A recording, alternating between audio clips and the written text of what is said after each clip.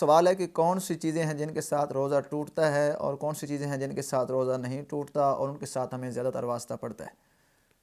تو یاد رہے کہ آنکھ میں دوا ڈالنے سے روزہ نہیں ٹوٹتا، اسی طرح سرما لگانے سے روزہ نہیں ٹوٹتا، اسی طرح کان میں دوا ڈالنے سے روزہ نہیں ٹوٹتا، اس طرح لپ اسٹک یا چپ اسٹک لگانے سے بھی روزہ نہیں ٹوٹتا، بشرطے کہ لپ اسٹک کے جو اجزاء حلق کے اندر نہ چلے جائیں۔ ڈرپ یا انجیکشن لگانے سے بھی روزہ نہیں ٹوٹتا، بشرطے کہ بطور دوا کے ہو، بطور غذا کے نہ ہو۔ بطور غذا کے ہوگا تو روزہ ٹوٹ جائے گا۔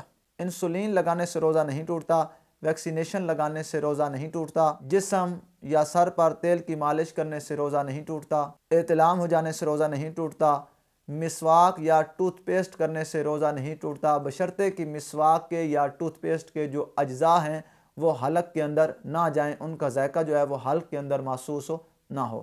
ناک سے خون بہنے سے روزہ نہیں ٹوٹتا، بشرطے کہ خون جو ہے وہ حلق کے ذریعے اندر چلا جائے، حلق میں اتر جائے گا تو روزہ ٹوٹ جائے گا۔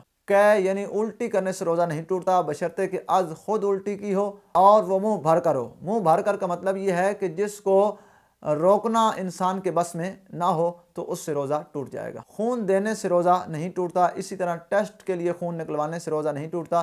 یاد ہے کہ جتنی بھی چیزوں کا تعلق اندر سے باہر آنے سے ان سے روزہ نہیں ٹوٹتا، جب باہر سے کوئی چیز اندر جائے گی تو تب روزہ ٹوٹے گا۔ پرفیوم یا عطر لگانے سے روزہ نہیں ٹوٹتا، بال کاٹنے، ناخن تراشنے سے روزہ نہیں ٹوٹتا، اور وہ چیزیں جن کے ساتھ روزہ ٹوٹ جاتا ہے: ناک میں دوا ڈالنا، سگریٹ پینا، تمباکو نوشی کرنا، اس سے روزہ ٹوٹ جاتا ہے۔